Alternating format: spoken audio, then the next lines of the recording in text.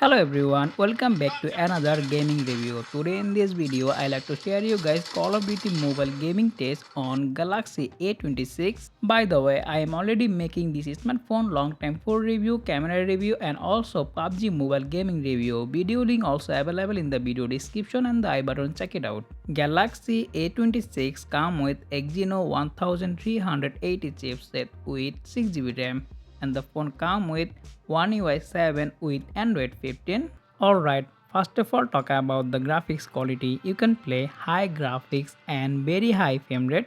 First of all, I am not any professional gamer. I am just testing Call of Duty Mobile how is perform on Galaxy A26. I hope you guys like and enjoy the game.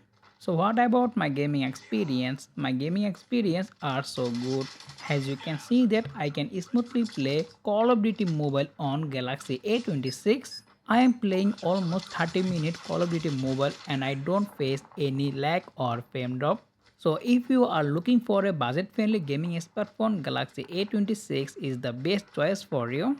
Okay, you guys enjoy the full video. Be online. Get down, sniper! Enemy down.